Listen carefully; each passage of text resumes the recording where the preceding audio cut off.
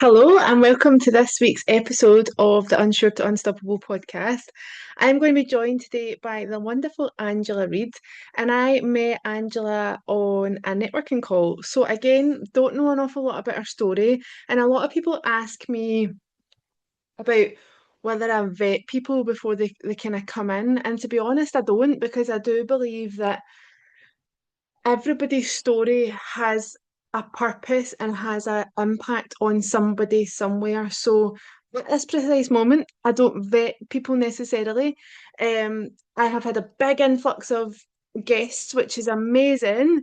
So that these ones are a little bit pre-recorded so as that I can get as many people in the door and sharing their story as humanly possible. So I'm going to be back in a little second, joined by the lovely Angela, and I'm excited to hear her story alongside you. All right, so I am joined by Angela. I'm excited to have her on the pod today. Thank you so much for coming on today, Angela. So like I said, we're just going to go for it the way we normally go for it. So I don't know a lot about your story, and obviously my listeners won't either. So I would love to know, like, take us back to wherever you want to go to. Tell us about where your journey kind of began and what the catalyst was for your unsure period of your life. Okay, so I had a very unsure period. I would say 10 years ago now, or just well, probably closer to 11. My mother became quite unwell, and it became very clear that she couldn't manage on her own. So I gave up my corporate job, if you like. I've been a franchise support manager for many years in different industries, and I was a national support franchise support manager for a vending company at the time, and it just wasn't working out. Being trying to support mum, trying to run her house and my house at the same time. Mm, Um, and it became very clear, that summer that there was something more to this, and she kept falling, and there was all these issues. So I decided to give up my job and to actually go and live with mum and look after her, because she just wasn't managing, and the state she was in, she didn't want any help and she didn't want people yeah. in, but it just seemed the right thing for me to do, was to go and do that. So I did. Mhm. So I moved they were still teenagers, I think, my boys. They were, late teens, or certainly in their 20s anyway. Must have been 21 or something like that. But they were still at home. And so I packed up our house and I moved in with my mum. Wow. Let my house, and because I thought, well, I can't not work and then live at home, so I had to let my house and then move in with mum, and I did, and we had a wonderful time. We did. I looked after her for 7 years till she died, and that was an amazing time in my life. And during that time, I met a man, and subsequently married him during that time. And part of that plan was that we were all going to come to Pembrokeshire to live and to work and to be.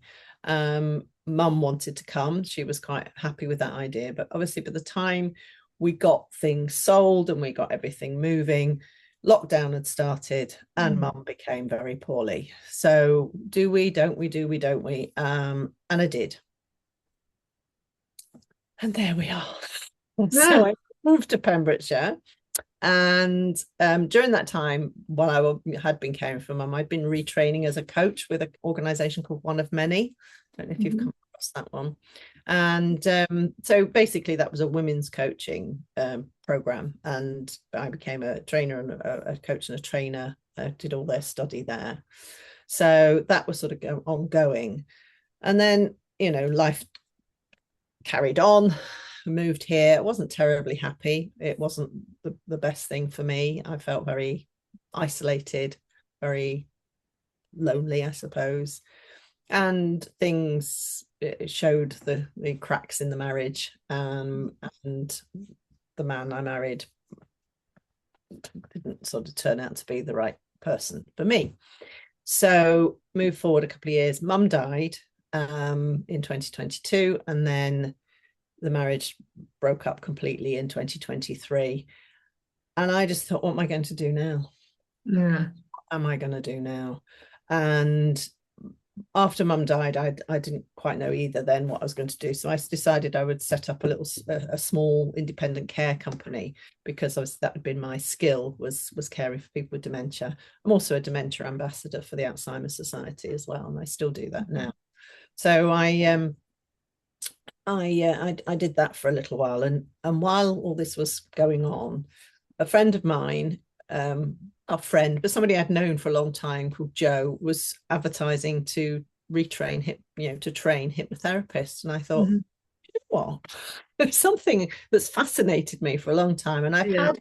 I had hypnotherapy 25 years ago. I had my daughter go through some hypnotherapy with some issues that she had.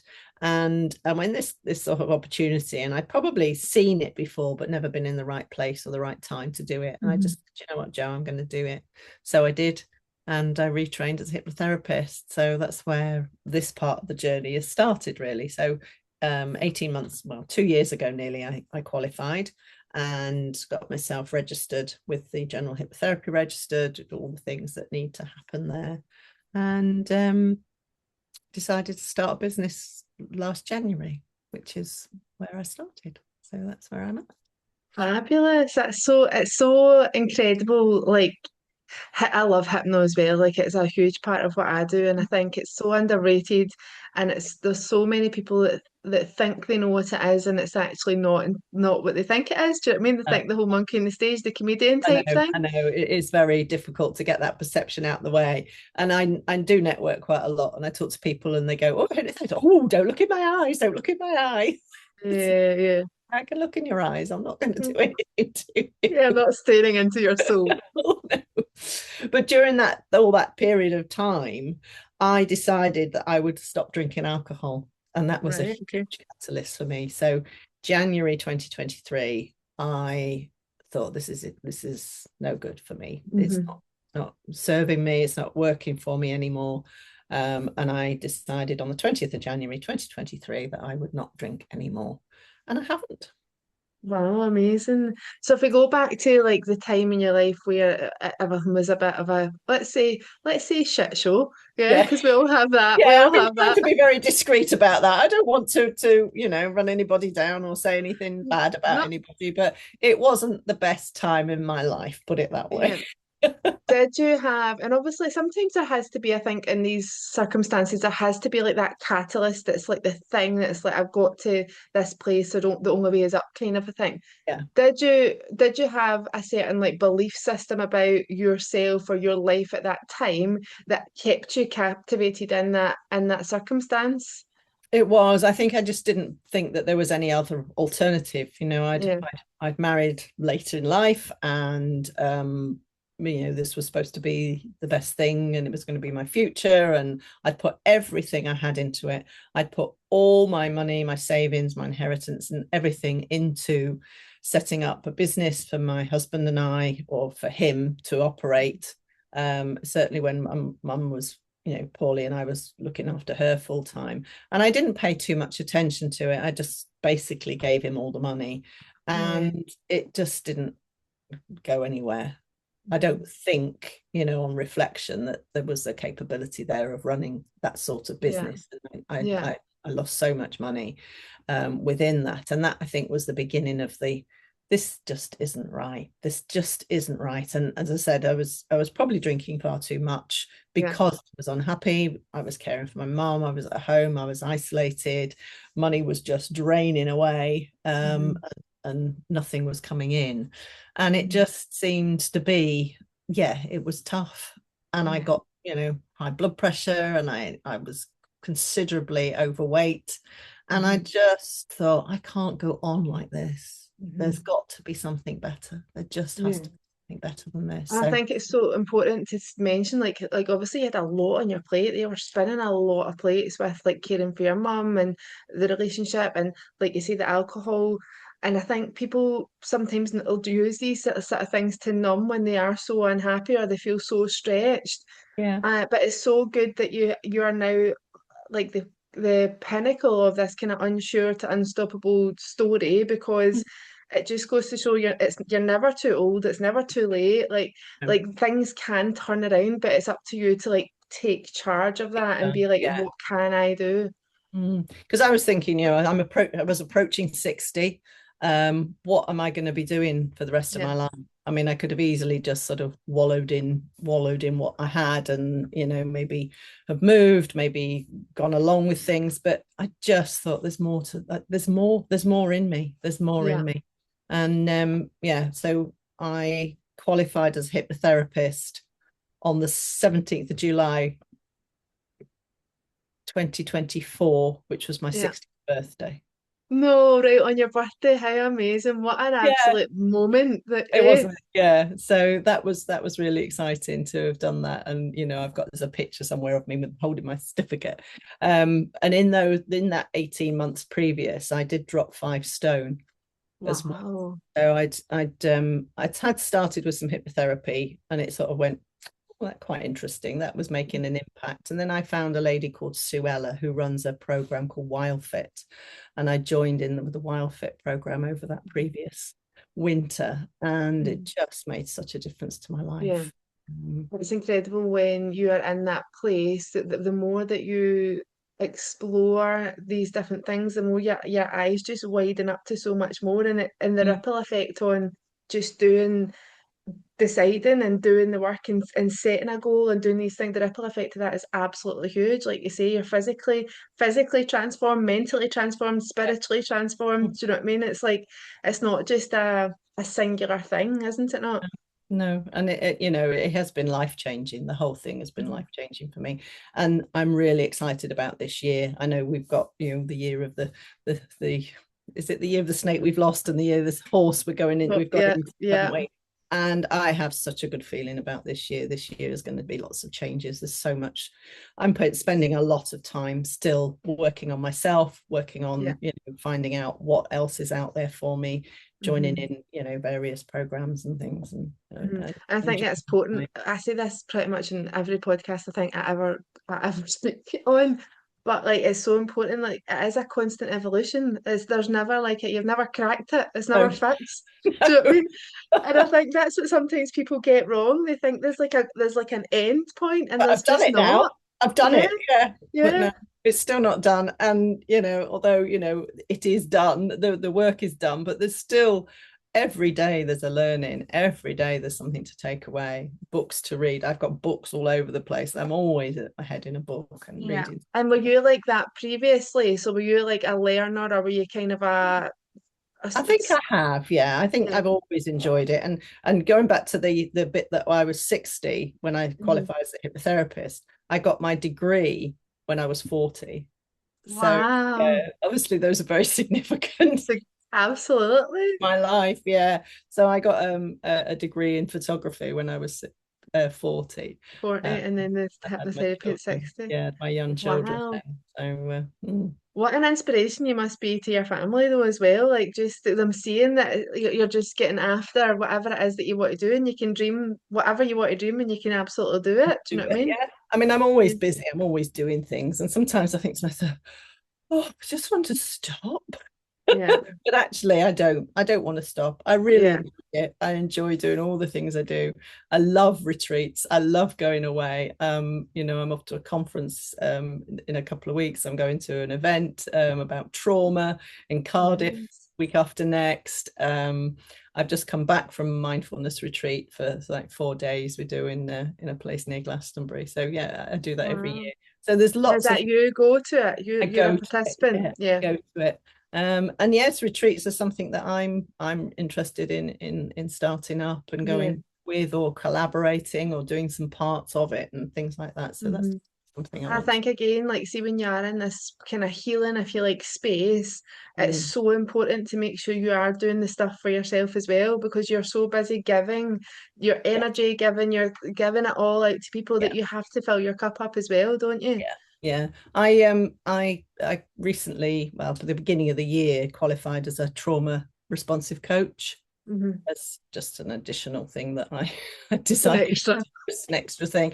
But my final paper, if you like, my essay to go forward was about protecting the therapist Yeah. from the trauma that they absorb and the things that Yeah. come to us as a therapist, how you deal with that and how you work through that. And that's what I did my final paper on, which Oh, beautiful. And it's so important. I think we forget like how much you're, like you say, like you're hearing so much different people's traumas and you're hearing lots of different things, but also even just your energy. And sometimes you think that when you're not jumping about and doing the crazy stuff, like how could your energy be getting used up? But it really, yeah, really does in these positions, yeah, doesn't it? Like does. sometimes more so than Yeah, if you were to quite go run. draining, with Hmm. with clients. It can be quite like when they've gone, you feel like, oh, you really have to sort of do the things to clear and Yeah. clear your own energy, because you don't want to take on that. As much as you support them, you Hmm. can't be part of them. So Yeah, yeah. And how do you, we've went off on a tangent, but it's okay. I'm cool with that. I go off on tangents all the time. How do you protect yourself then in these circumstances? How do you protect yourself when you are hearing that really tough stuff and it's very emotional and whatever? How do you protect yourself? I think it's really important to make changes. So you clear the air, you clear the room. There's Yeah. various ways. There's candles. There's sage. There's expressing the emotions and the energy within a room, sort of movement and things like that. But getting outside, even for five Mhm. minutes afterwards, is really important. And that's really easy with dogs, because once Yeah. it's finished, I need to take the dogs out and things like Hmm. that. So, yeah, So it it kind works, of forces that. forces that to go. Yeah. Yeah, and just of doing my own meditations, using techniques that we have, sort of protection bubbles and things that Yeah. go around. You've probably heard of those things. Yeah, absolutely. It is so important, isn't it? You need to protect yourself first, otherwise you could just be like engrossed in that world, couldn't you? Mhm. Definitely, yeah. So if we go back just very briefly, was there like a catalyst? And obviously, you told us about like how life was so you had a lot of things going on. Was there like a moment, like a catalyst moment? Now there might not have been. So if there wasn't, then that's fine. But was there a moment where you're like, right, Yes. Well, I think it was my health. I think it was my yeah, health. yeah, It was my mm-hmm, health with the drinking and the fact that I was so overweight that mm-hmm, my blood pressure was sky high. I felt dreadful. I really mm-hmm, did feel dreadful. And mm-hmm, I'd been masking that for a long time and being yeah, able to sort of, oh, I'm coping, I'm functioning, I can do this and I can do that. But I wasn't really. And I think the one straw, I went to stay with a friend in Manchester and I was really, really poorly. And she wanted to take me to A&E. And I said, no, I'm not going. So I came home and I promised her I'd go and see my GP. And I think that was the moment when I saw her and I sat yeah, in her office and I was there for an hour and 20 minutes and I cried through most of it.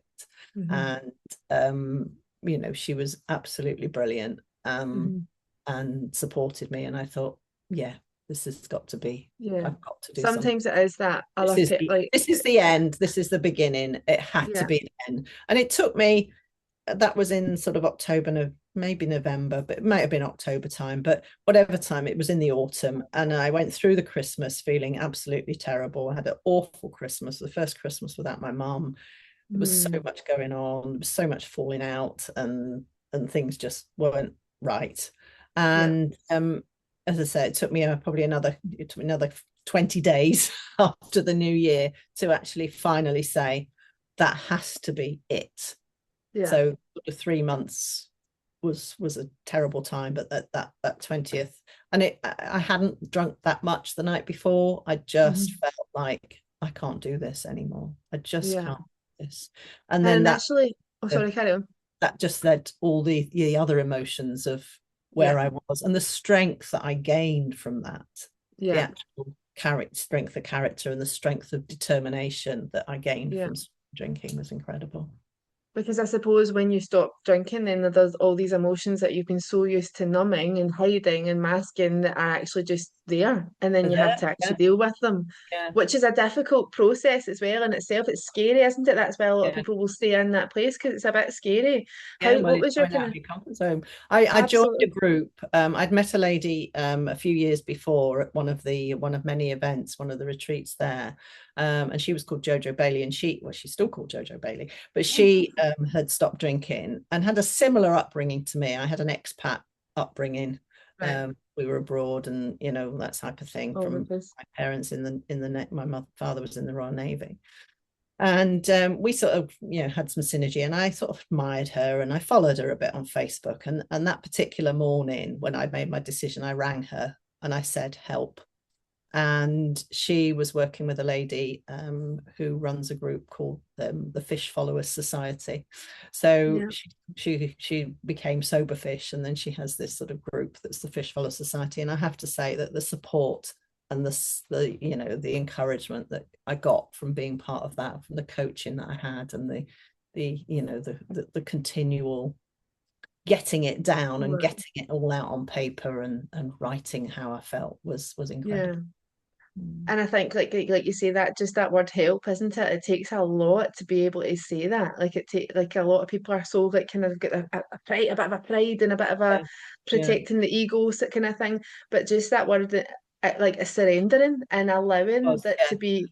I'd seen Jojo post something on Facebook, which was that she'd been to see somebody else, and it was this and that, and that made me think of her again. And then, as I said, on that Saturday morning, I woke up and I was with my daughter, and I just thought, I can't do this anymore. Mhm. Well, And did you initially have I'm going to stop drinking for X amount of months or whatever, or was it just that's it? no, I think that was it. I just Yeah. decided that was it. I Hmm. can't do it anymore, because I'd Hmm. done lots and lots of having a week off, having a month off, having Yeah. time out, 6 weeks, 2 months, always done a dry January, all that sort of thing, except this year I didn't. But that particular year I didn't do the dry January. I was just too miserable. But Hmm. yeah, so it was, no, this is it. This is it. Yeah. And I've And just kept the importance of it. the importance of having that support is really crucial, isn't it? Especially in that kind of circumstance where you have this crux that is very easy accessible. Let's face it, it's very easy accessible. So having that support network must have been really crucial for you.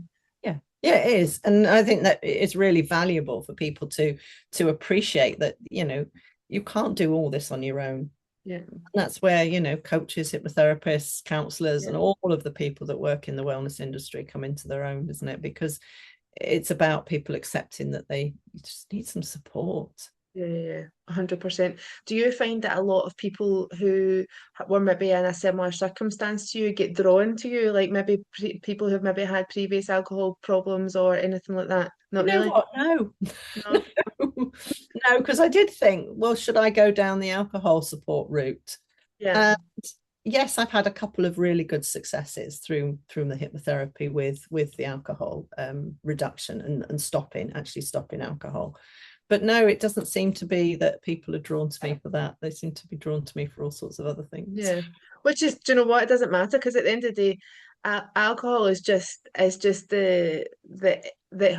was the right word to say here? Like the end of the road, if you like. Like that's not the thing. That's not the No, real thing. That's that's not not the the core reason. problem. Yeah, yeah, What is it that you do? What is it's the work that you do underneath yeah. it to get 100%. why you did that in the first place.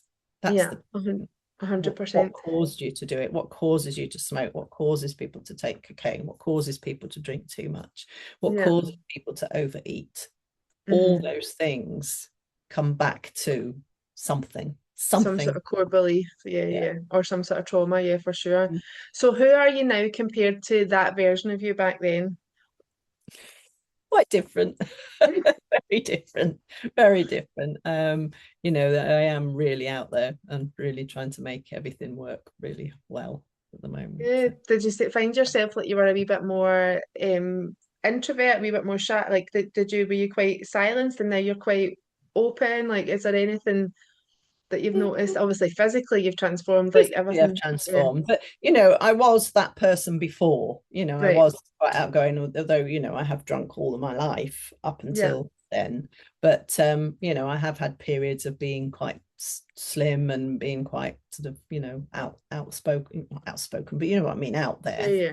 and doing really well. But yeah, no, now I know everything that Yeah, happens to me 24/7. yeah, yeah. Was before, there was times where I didn't really know what I was doing a lot of the time. So. Yeah. And do you feel like now you're more like in a place of alignment rather than any other time before? Yes, definitely. Yeah. I I think think something, age has helped. yes, But I wish I'd found all this out a long time ago. But hey, I've just got to make the best of what I've got and it absolutely. now. Mm, And it's happened right at the time it was meant to happen, absolutely. and you wouldn't be there if it wasn't for all that stuff. Do you know No, what I mean? I no, think that's no. what we need to So remember. I'm really happy where I am, and where things are going. I'm very excited about. Oh, good. What does life feel like for you now on a daily basis? It's very busy. I don't know what else to say really, but it feels very calm. I love what I'm doing. I love the freedom it's giving me and where I'm at with it all, Yeah. really. So you So said busy and calm in the same sentence. So I talk know, us through I that. know it doesn't sort of make, but I am calm about the fact that I'm really busy. Yeah, it's not overwhelming. It's not, you don't feel No, burnt out and overstretched no, or anything like no. that. I enjoy Yeah. what I do. I'm I'm a director consultant with BNI as well. So I do get up quite early in the mornings to network. So sometimes I Lovely. think, why am I doing this? Why am I doing this? And I just said a word with myself this morning and I thought, because you actually enjoy it, because you Yeah, like yeah. doing it, because you get, you gain it personally from it. Hmm. So yeah, it is the things. My daughter Yeah, says to me, I don't know how you can be bothered. I yeah. can't be bothered to do this. Yeah, you're always doing something. So I'll Do you go know to a what though? There'll be in years to come, she'll be the same, and you she'll probably will. recognize that she's the Yeah. exact same. I think we always do that. We say like back in the day, I remember even thinking my mum used to get up at like I don't know 5 o'clock in the morning or whatever, and I'd be like, why? And she's a school teacher. It wasn't like she was like, do you know what I mean? She's up at 5 o'clock in the morning. I used to be thinking she's off or not. Like, there's why are you getting up at that time? And yet now I would much prefer to be up early and get stuff done and like kind of win the first battle of the day. But and then Yeah. my teenagers are lucky if they're out of their bed at 12 o'clock. Do you know what I mean? Yeah. On school holidays. So it's funny how that role just reverses, doesn't it? Isn't it? It's all karma. They'll all have it. I think. Absolutely, 100%. So what is it now that you're in this different headspace, what is it that you no longer tolerate that you maybe once did? Hmm, that's a difficult one to answer. Yeah. Interesting. I don't know. What do I no longer tolerate? I think I have my own boundaries, much Yeah. more strength about my boundaries. And Mhm. people, I don't tolerate people that I don't want to be with anymore. If I don't like something, I don't do it. Yeah, yeah, Say that. If I don't want to do it, I don't do it yeah. anymore. Yeah, because you can sometimes get caught up in the whole just doing things, the how almost people pleasing and all that. I know a lot of people in their society are very much that way inclined, Yeah. and And I it's important. recognize it. I recognize it in other people, certainly some of the people that I see or people that I'm involved with coaching with. And I just want to take them and say, stop. Yeah, Obviously, you can't, but I just want to say, look after yourself first. yeah, Because if you don't do that, then you're no good to anybody else. And yeah, all that's 100%. happening is people just take advantage of you all the Hmm. time. That's Yeah. something I say quite a lot is like you have to look after yourself first, and I'll say like even before your children. And some people are like, could you say that? But like if you're not at your best, you can't be your best for other No, people. you So can't. it's so important, isn't it? It's so I mean, they crucial. say that, don't they, on an airplane? You put your own oxygen mask on first before you help anybody else. Yeah. Because And you without totally it, get that. you can't Hmm. do it. You cannot help anybody else. I remember years ago when my two were little, I used to be dead confused as to why that was the case in a plane. Like, surely I'm going to put my mask on my children. I'm going to look after my children first. But it's funny how when you start doing this work and you start opening your eyes and learning so much stuff that you realize actually, no, you have to be the number one. You You do. have to be. Yeah, Mhm. in order to be the best for whomever. Like your cup has to be filled for it to flow into other people, doesn't it? Yeah, definitely. Absolutely. So take us through like if somebody was working with you, what would I know you obviously can't go into details and stuff like that because obviously there's um quite a lot of kind of vulnerable stuff there, but take us through what you would do with a client. Well, most of my initial conversation would be on a Zoom usually, Yeah, or certainly a phone call, and we discuss, what is the problem, where is it that they want, what is it they're looking for, what sort of help are they after, and are they a good fit? Do they feel yeah, comfortable with me? am I happy to take them on? And then we go to sort of organizing. Usually we start off with a program which includes 4 one-to-ones, includes sort of stuff that we do in between. I always send people a recording of something, not of what we do, because that's confidential. So I do a separate recording of just something that is suitable, usually part of what they've done in the session with me, but not all of it, because a lot of it they're talking back to me. So I wouldn't ever record anything that people say to me. Yeah.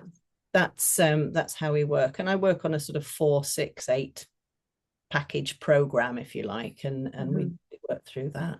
And what I'm hoping to do with that, so each session that they come to me, or we do it on Zoom, we have about an hour and a half sometimes on starting with some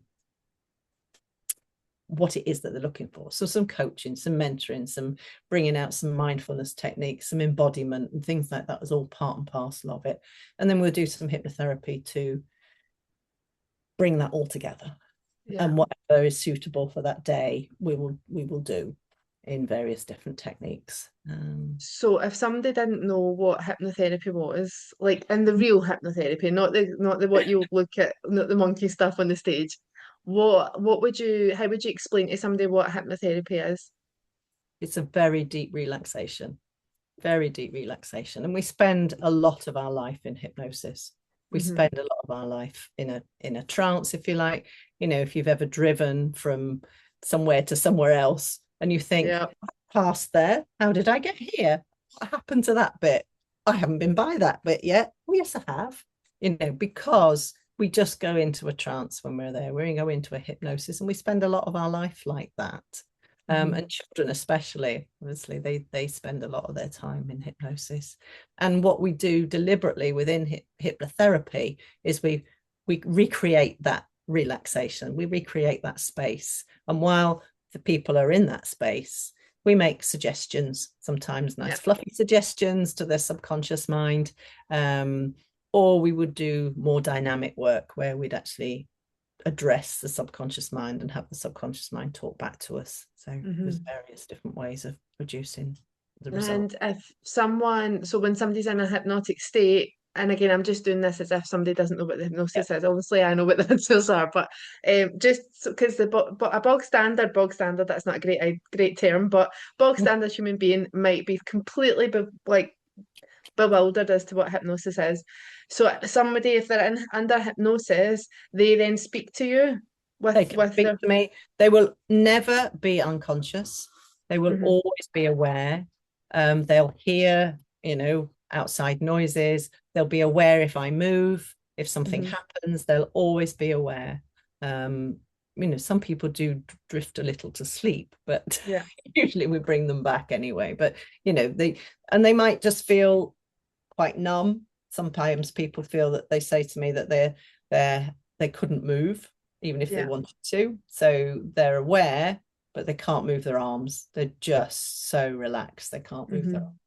Some people get a bit of a tingling in the fingers, tingling in the toes, because they're very, very relaxed, and that's we work it. So and you can work with like all sorts of traumas and issues. Anything that people come up with is usually sorted. Not sorted, that's not the word I mean. Usually problems come from our subconscious mind, and our subconscious mind runs our life. And we've got somewhere between 95 and 96% of our whole mind is subconscious, and there's only sort of 4 to 5% of our thinking brain, our logical brain, and the logical bit that we think is the bit that rules us doesn't at all. The logical brain is the bit that thinks. The logical brain is where our willpower is. And if our subconscious decides that it's not happening, it's not happening. 100%. So our subconscious mind takes up most of the thoughts. So our thoughts and our feelings. So our subconscious mind is our feeling mind.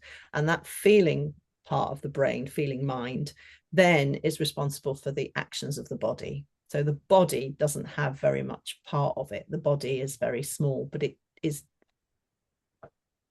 told what to do by the subconscious mind Yeah. and And I by our. think it's so important, isn't it, to highlight that, because I think the majority of the population, certainly in the Western world, I would say, are um, completely unaware that that is actual facts. Like it is facts. We are majority, our subconscious mind is ruling the roost.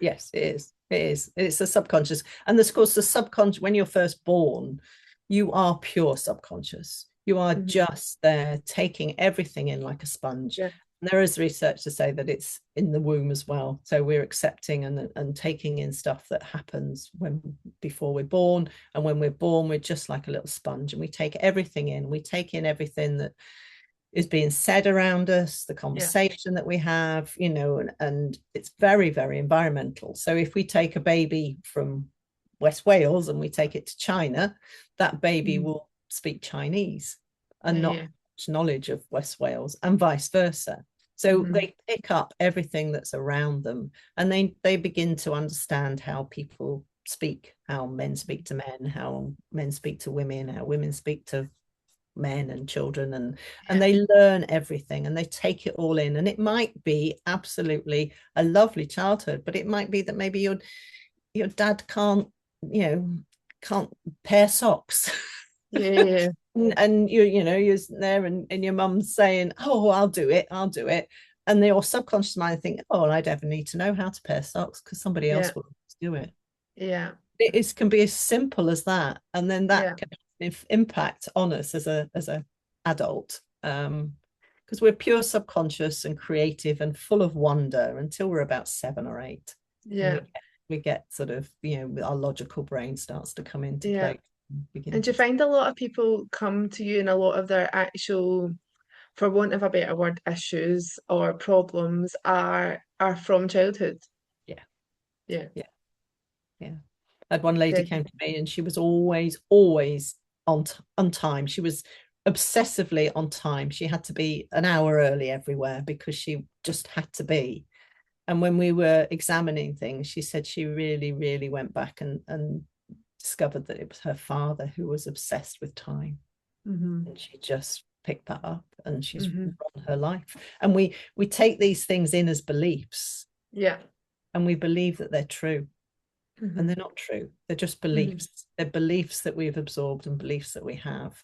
So that, Hmm. it can be very cultural as well. So our cultural beliefs come from our subconscious and Yeah. from our ancestors as well. And that's Yeah. a whole new exciting thing to discover and explore. Yeah, for But sure. the subconscious just takes it all in and absorbs it. Absolutely. And I think it's so important to say that like a lot of our behaviors they are from our parents and or from our Absolutely. caregivers or from our like whomever has been around us throughout our life. And I think when you start to work with people, the light bulbs just start to go off. Like, why do I behave like that? Oh, that's because of such and such. And it's not their fault. They were only taught by their parents and so on and so forth in this in that society and whatever. And it's when you start doing this work and you start opening up that you're like, it just is like clear as day, isn't it? And then you can be the change for the you future can you can generations. reframe that. You can take Yeah. people back to it, and you can, let them work on a different way, a different approach, a different way of it being, and that can Hmm. have a huge impact on their future life because they've reframed whatever happened back then, and Hmm. then they just move forwards. It's Hmm. incredible. And it's no longer kind of this crux that's holding them in this place, Mm. isn't it? Yeah, When they can free, it's almost like freeing the mind, isn't it? It's yeah, freeing their minds from that story that they're holding on to. yeah. And it is stories. A lot of our Yeah, lives are stories, and we run our lives on the stories that we hold on to, and stories we yeah, make up about. exactly. Either given to us or we just make them up. Yeah. So you said you're super excited about this year. What is it that you're creating or stepping into this year that you're really excited about? I want to create more online work. I want to create more evergreen product and things that I can actually put out into the world, to Hmm. support people, more people. That's my thing, is to be more and more people, because the one-to-one is lovely, but it's not Yeah, accessible to everybody. yeah, And I want what I do and the way that I work to be more accessible to everybody. And how would an evergreen thing work? Or are you just at the beginning I'm stages of that? just examining it at the moment. Hmm. I've just set up a Facebook group to bring people into for sort of hips tips and hints or of things to do, how to help with stress on a daily basis. I do a lot of posting on my Facebook about that, Yeah. but I thought if we had a group, then that group can then maybe become something that people then go into a membership on, and then we do some more, not one-to-one, but more sort of in group work, or have Mhm. a something that would run maybe once a month on a meditation or a hypnotherapy group session, Mhm. and have opportunity to speak to me and things like that. So Yeah. that's where I'm thinking of it going. Exciting, exciting. So obviously your journey has shaped you wanting to create this massive impact. It's like Mhm. that's the big thing, isn't it? Like it's Yeah. a lot of it's about impact, especially in this work, because it's the more people that we can reach and the more people that we can touch, the better the world will be. As much as that sounds dead dramatic, it's the truth. Certainly true. So yeah, what kind of impact do you want to have on others? What is it that your kind of mission is as far as impact's concerned? I want people to just know their true self, and to realize that they are the ones in control, that the Hmm. outside world doesn't control us. It's our inner world that controls what happens to us. And if we can actually find that inner world, and people to see that, then that has a huge impact on people's lives. Hmm. And I think, what is it you think that holds people back from that? Their beliefs, Mm. their beliefs, Hmm. and most of it is, I'm not good enough. I'm Yes, not enough. 100%. I'm not enough. I'm not good enough. I couldn't do that. Hmm. I And why? completely agree. Completely agree. It's that I'm not good enough. Is always I always say when you peel back the layers of the different beliefs and thought processes and actions and whatever, when you get to that core, I find it's either I'm not good enough or it's a massive lack of self-trust. Yes. Yeah. It goes hand in hand, doesn't it? Self-belief, isn't it? Self-belief. Mhm. And usually that has come from childhood, Yeah, I would say. 100%. And Yeah, people have had, a lovely upbringing, but whatever their parents did, and quite often, it's one or the other, or even both, yeah, have created this feeling within somebody that they're just not good enough. They're not yeah, good enough. They don't meet the criteria. They're not, yeah. you know, and therefore they live the rest of their lives by this blueprint Hmm. they've been installed with. Yeah. And like that, it can be like sometimes, like you say, some people have the a great childhood, but it takes one sentence from one person Yeah. to create that story, doesn't it? And that story then just gets bigger and bigger and bigger, and it stays with them their whole life. Yeah, 100%. I said a story not that long ago about I was a performer. Like I've always been a performer since I was a wee girl. And I used to dance in front of back then it was obviously video cameras, like Yeah, proper video cameras, and I would be like pushing my cousins out the way and stuff like that. And then so I went and done acting and performance in college because that made sense. And I was going to go do cruise ships and whatever. And the singing teacher in the college crucified me. And I mean, absolutely, I don't even remember what she said, but it was like that. I'm not good enough instantly. And it genuinely was like Ariel and how Ursula takes her voice. Like it was like as if she just took my voice away from me. And yeah. I had never been able to sing again. So was it last week? Like a couple of weeks ago, I was like, right, I'm not having this. Like I'm going to do something about this.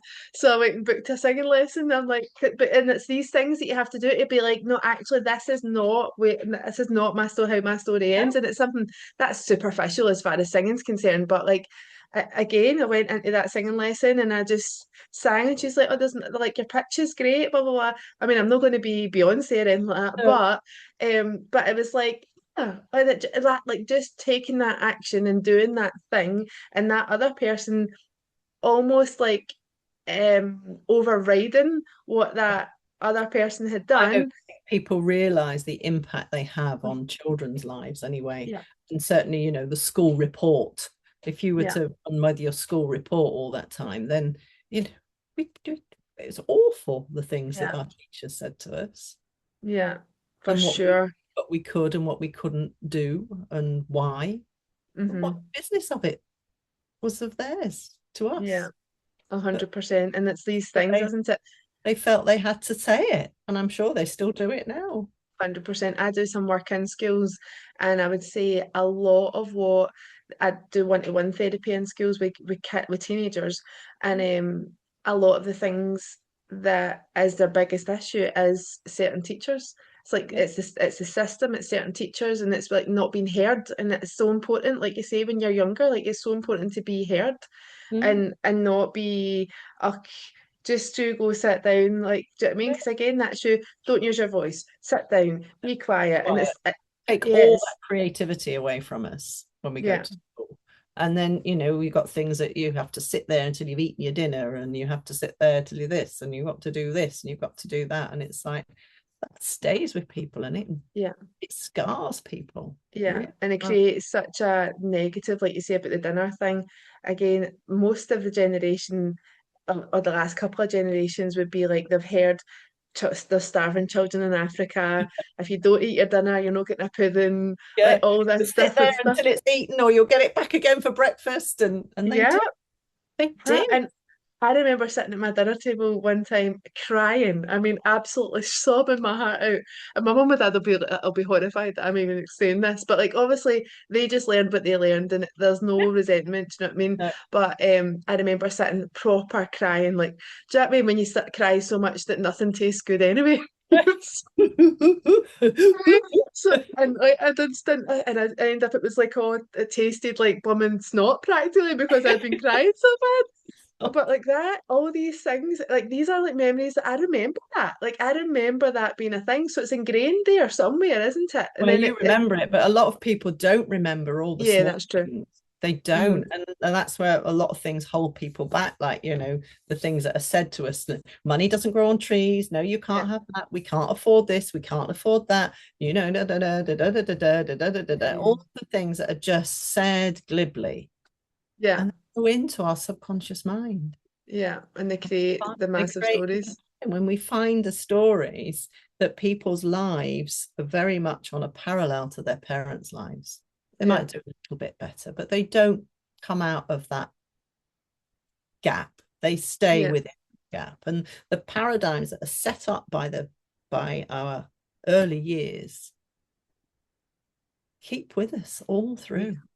100%. Yeah, 100%. Like I said with the food stuff, like I had a terrible relationship with food for a long period of time. Not anymore, but but that's because I've done the work in it. But again, that relationship is built because of the things you hear and also what you see. Like when Mm. you're if you're like my mum's generation was very much the kind of the skinny generation, do you know what I mean? Where you're like they're eating like a side plate of foods and stuff like that. Do you know what I mean? They're not really eating much, but they're snacking on little things. And so that even though she didn't ever say it to us, because she was always like we would have mountains, do you know what I mean? She was always a bit of a feeder.